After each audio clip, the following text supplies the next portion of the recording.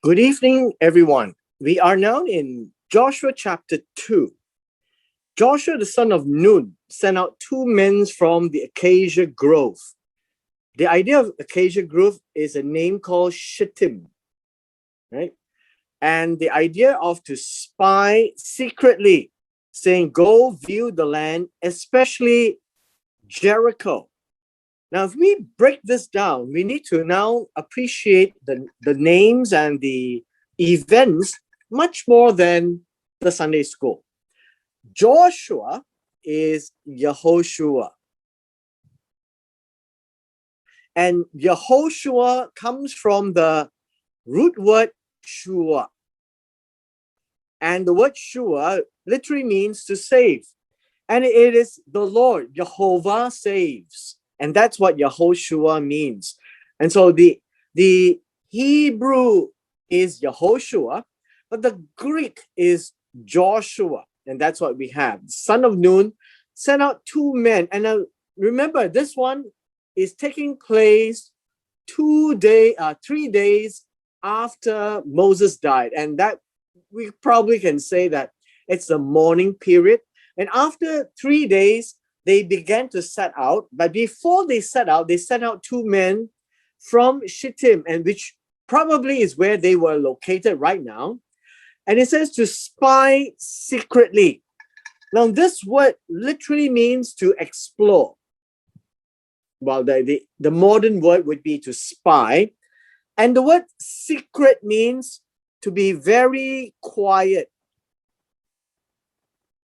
And so it means that when you go over there, they are not supposed to let people know who they are. And so go view the land, especially Jericho. And the word Jericho in the Hebrew is Jericho, right? Jericho. Or Jericho means moon. So it is likely that Jericho is a place where they possibly worship the moon or the moon god. And so they came to a house of a harlot named Rachav. And the Hebrew name is Rachav. And the English name is Rahab, right? Rachav. And they stayed there. Lodge means stay.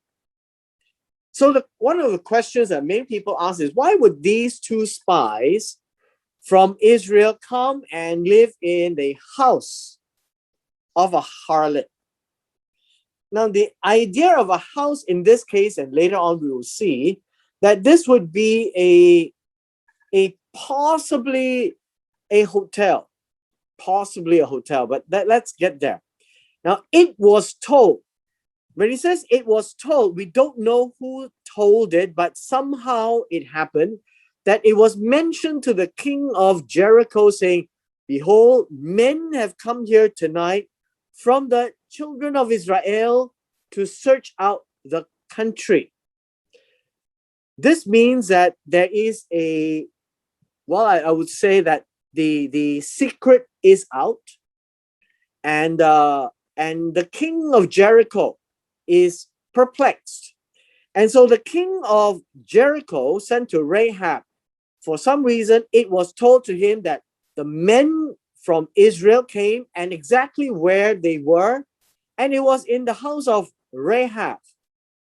Rahab says, bring the men out who have come to you, that have entered your house, for they have come to search out all the country. Now understand that this word country,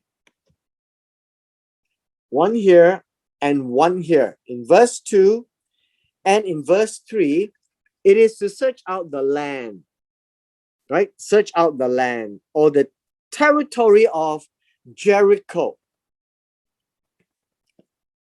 Now in verse 4, we read of the story that the woman, Rachav, took the two men and hid them. The idea of hiding here literally means to well, let's say to cover up, as in hiding a treasure. That's the idea of hiding here. So it was a very careful concealment, and with the intent that it may not be found. That's the idea of the word, to keep them that it's not lost. And she actually said, yes, the men came to me, but I did not know where they came from. Now, one of the things that we would read of these statements, I did not know, similar to Genesis chapter 12, when Abraham said, well, she is my sister of Sarai.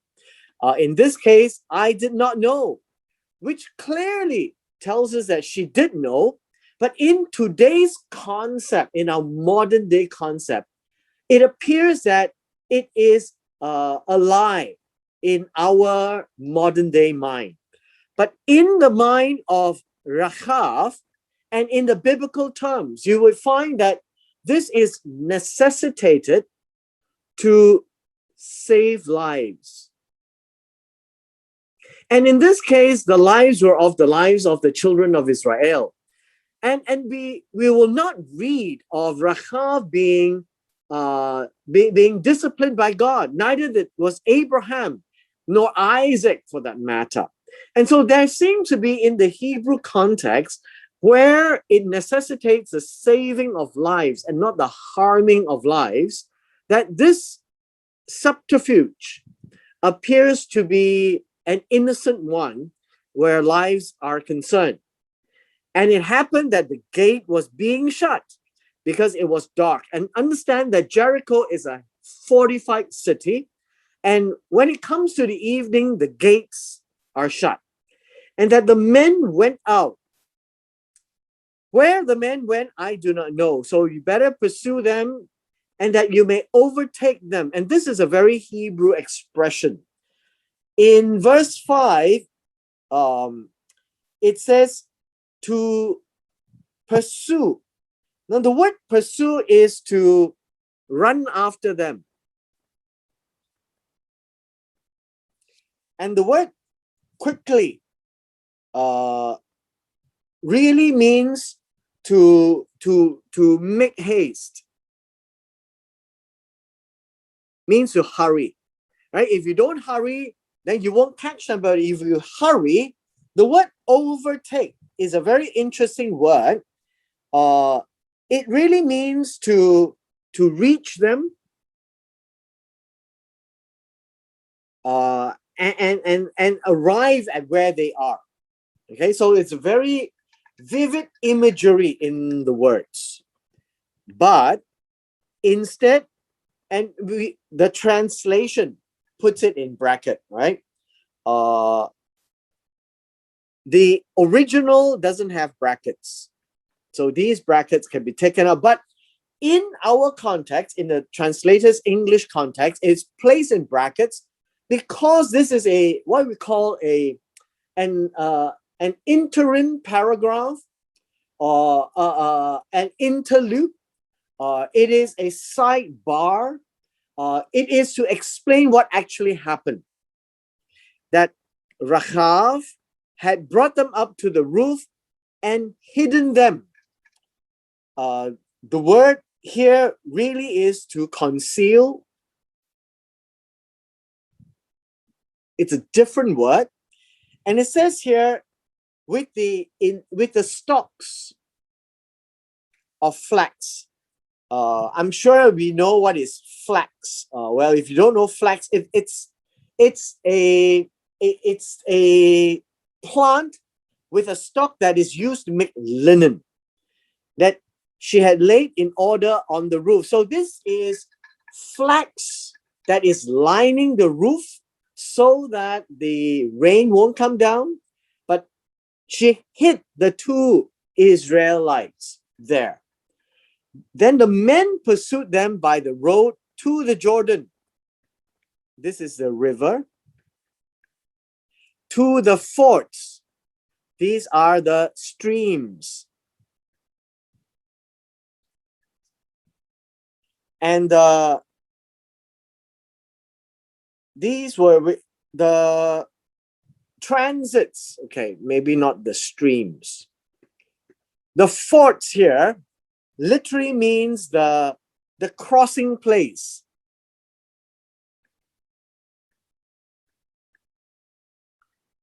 At the river Jordan, that they could cross back to the eastern side. And so as soon as those who pursued them had gone out, they shut the gate. And so there is no way for the Israelites to get out via the gate any longer. Verse 8 tells us the story. Now, before they lay down, the idea of laying down means to sleep. Before they were going to sleep, she came out to them on the roof and said to the men, I know that the Lord has given you the land. And this is important. How did she know? It's not told to us, but this is a confession in verse 9. He says, I, Rachav, and it seems that she knows, so she must have heard, and she must have gotten knowledge. And she would believe that God, Jehovah, has given you the land where Jericho is, as well as Canaan, the larger part of it. Now, this is what I think we all must remember. The terror of you has fallen on us, that all the inhabitants of the land are faint-hearted because of you.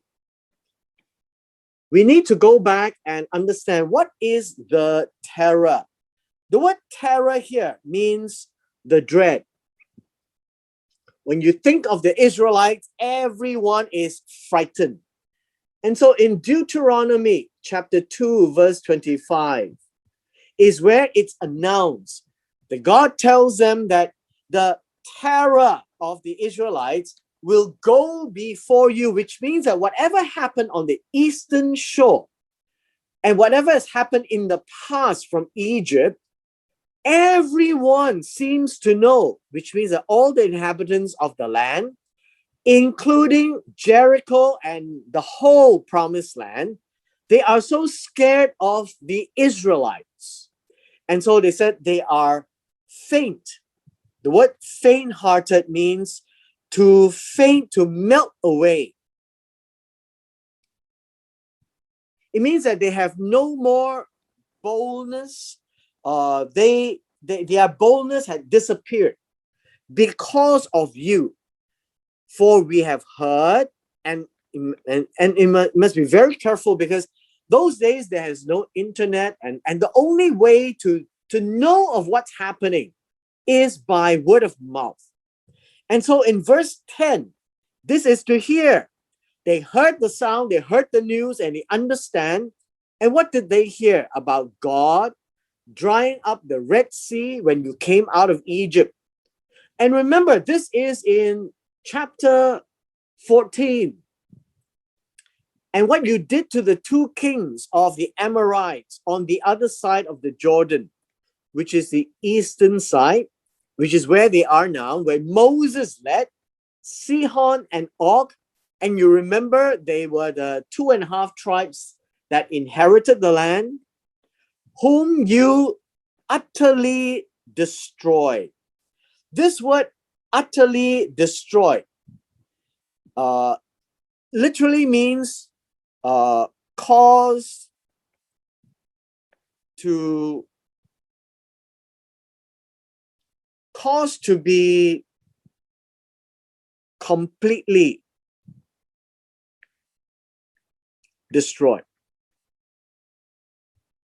Now, why were they very surprised? Because they also know Sihon and Og are big people, great people, great warriors, fortified cities.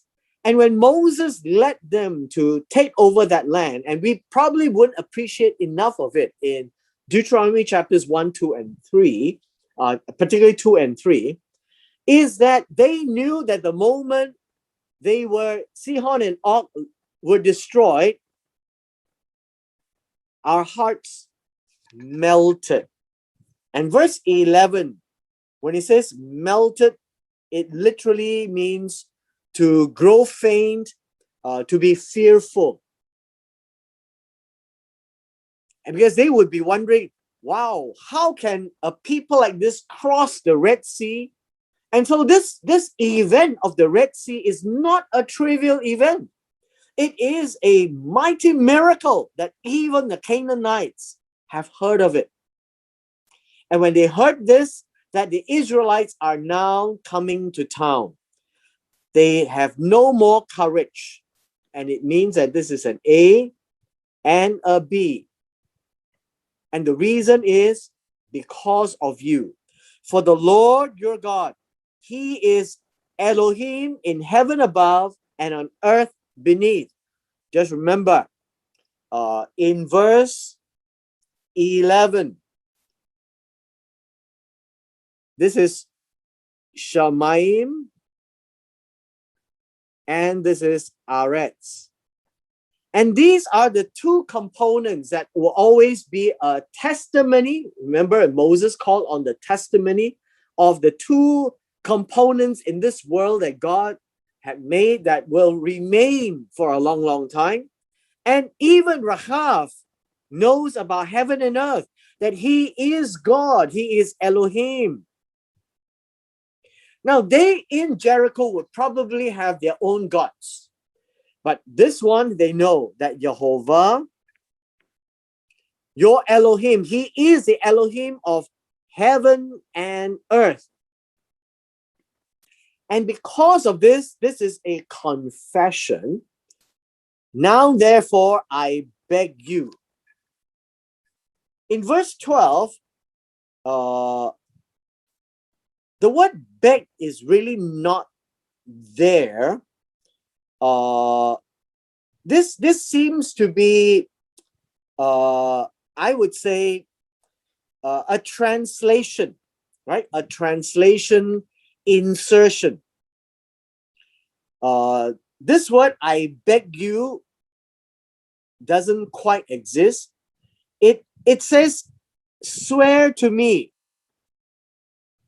make an oath. And she also realizes that oath by the name of God, as Jehovah lives. This is the Hebrew oath. And so Rahav says, I don't want any oath. I just want the oath by Jehovah. That when you swear by Jehovah, then you will honor it. Because for some reason, she seems to know that that kind of an oath must be honored. That I have shown you kindness. Now, this word kindness here is chesed. Chesed. Loving kindness, basically. And that if I have shown you loving kindness, that you too will show loving kindness to my Father's house. And then you give me a token. Now, this idea in verse 12, token means a symbol or a sign of trustworthiness.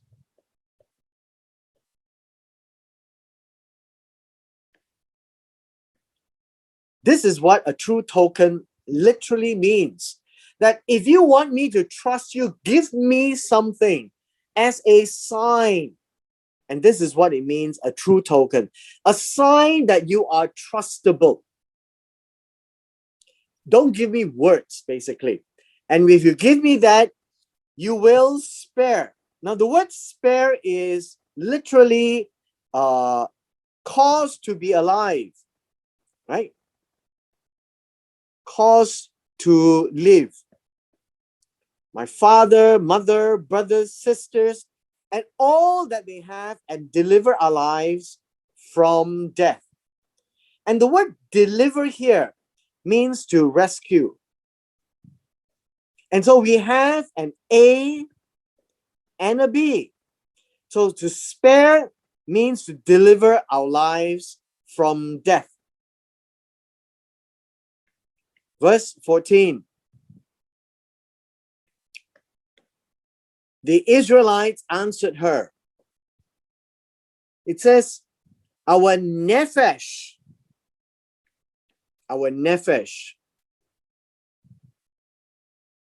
belongs to you. The word our nefesh literally says our nefesh is yours, right? Our nefesh literally is in your hands. I think this would be is in your hands. I think this would be a better translation. And if none of you tell this business of ours, the idea here really is don't say anything about this davar. Now, we've seen this word many times. Davar means word, but it means issue, this matter of ours. And it shall be when the Lord has given us the land, meaning when God says it's time to go and to take this land, that we will deal kindly and truly with you. The word deal means to make. Kindly means chesed. The same way you have treated us, we will treat you. And true means trustworthy. Based on the sign, right? And this one really is the promise that they have made, which is an oath. And it will be done. But they had said something very important in verse 17. Let's look at 15 first. She let them down by a rope through the window, for her house was on the city wall, and she dwelt on the wall. Now, let me just briefly explain to you what this might mean. Now, if this is the city wall, and the city wall is very high up, right? There would be a window at the side of the city wall, but the city wall is not one brick wall. And it appears that the city wall is very thick.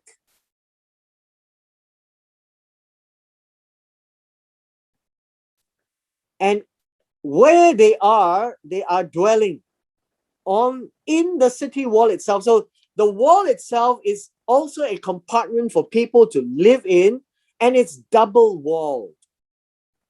And Rahab or Rachav let them down on a rope outside the window.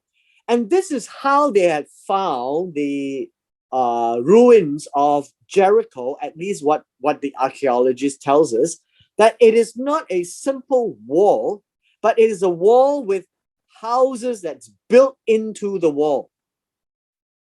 And now we come to verse 16, and she said to them, get to the mountain. Don't leave first, because you would meet them along the way. So go to the mountain, which is the other way. So perhaps I could just draw this out. If this is the Jordan, and this is the city, this would be the hills. And what happened is the men from here would have gone there to look for the Israelites. And so Rachav told them to go away. Away means you won't meet the men from Jericho. This would be what it means. And so lest the pursuer meet you. So you hike there 3 days. So 3 seems to be a very common day, number of days, like the morning of Moses, until the pursuers have returned, and after that you may go your way. So she actually gave all the advice. Now in verse 17 comes the condition. So when the men said to her, we will be blameless of this oath of yours, which we have made, that you have made us to swear. Now let's unpack this a little bit. In verse 17, the word blameless literally means be free from guilt. Right? Free from guilt or innocent. That this oath that must be fulfilled, that you have made us swear, and understand this, all this oath sworn in the name of God must be adhered to. So why are they talking about free from guilt? Now, whenever you say something about free from guilt or be innocent of an oath, it means that the oath can be broken. And once it's broken, they are free from the penalty that is associated with the oath. And so this is a very strange phrase. So the man said, we will have no part of this. We will not be blamed. And this is a condition in verse 18, when we come into the land. You must tie this line of scarlet cord in the window which you let us down. The word bind in verse 18 means to tie up. To tie up this scarlet cord. And this word scarlet is red in color and or crimson in color. And the word cord literally means how should you say, it is a line. Okay, it is a line. This word cord would be a line. And it has another meaning as well. There is two words here. A cord of thread. A cord of thread. And it really means a line that represents hope. Okay?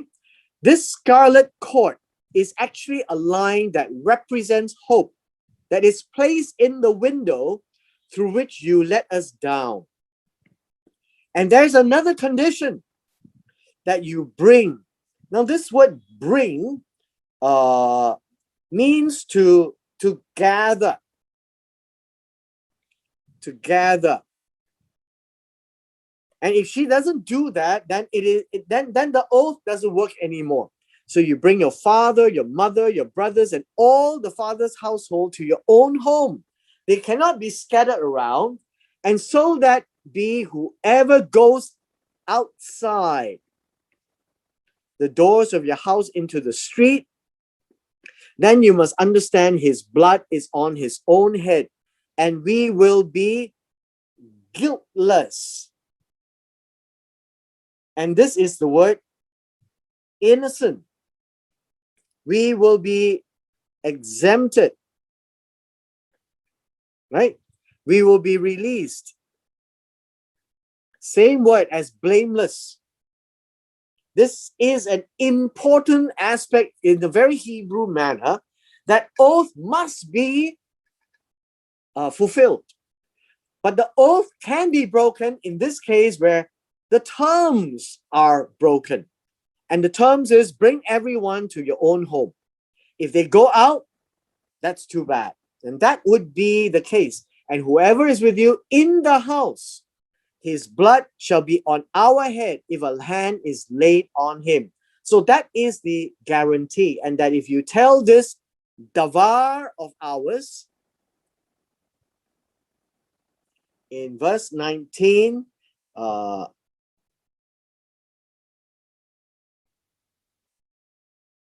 then we will be free from your oath which you made us swear.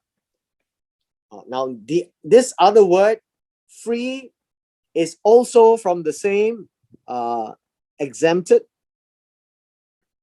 or released. So you will see that there is one. So let me just put these down. One, the scarlet cord of hope that you must place at your window. Number two, gather all your family to your own home and don't go out in the streets. And then number three, do not tell. Now, if any of these are not met, then the oath is no longer binding and God will not deal with the Israelites. And that's what the oath really means. We come to the last segment. Then she said, that's Rachav. So it says, well, according to your Davarakam, and that would be your Davar, right? So be it. So be it literally means let it be true. Let it be true. That's what it means by so be it. And then she sent them away and they left. And she bound the scarlet cord in the window. So this scarlet cord is the symbol of hope. Right? This is the symbol of hope. And this would be the scarlet hope or anticipation. That's what it means. And it's scarlet in color. Perhaps it represents blood as well, right? And they departed, went to the mountain, stayed there 3 days until the pursuers returned. The pursuers sought them all along the way, but did not find them. We don't need much to explain. And then the two men returned. Verse 23. Understand this Hebrew word, shuv. Shuv is to repent, to return, to go back to where they originally came from, which was on the eastern shore of the Jordan. And so they descended from the mountain and crossed over, and then they came to Yehoshua, the son of Nun, and told him all that had befallen them. And understand this. This idea of told him literally means to recount or retell. Not just tell, but tell again what has happened. Basically, tell all that had happened. The word befallen them, comes from a word that all they had found. That is what it means, right? What they have found, what they have learned. Okay? What had happened. This is important. So the Hebrew words don't have a singular meaning, but in this case, it means that when they came to see Yehoshua, they recollected every single detail that happened to them, who they met, what happened, the king did this, they were saved, they were let out of the window, there was a scarlet cord of hope, they were chased, they went to the mountains, they came back down, and that's what happened. And they said to Yehoshua, truly. Now the word truly in verse 24,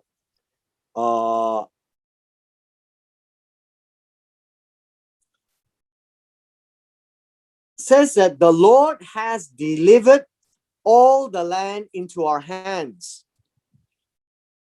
This is to say, and the word truly, I would say, not quite there. Maybe we could just take this word away. And they said to Joshua that God really must have given, the word delivered is given, all the land into our hands. And this is an idiom. Given into your hands means that you will get to possess it. Just as God gave them the land of King Sihon and King Og. For indeed, and this is true, that all the inhabitants of the country are faint-hearted because of us. The word faint means to melt. They have no more strength. And the reason is because of us. And I guess the word because of us literally means and all the inhabitants of the country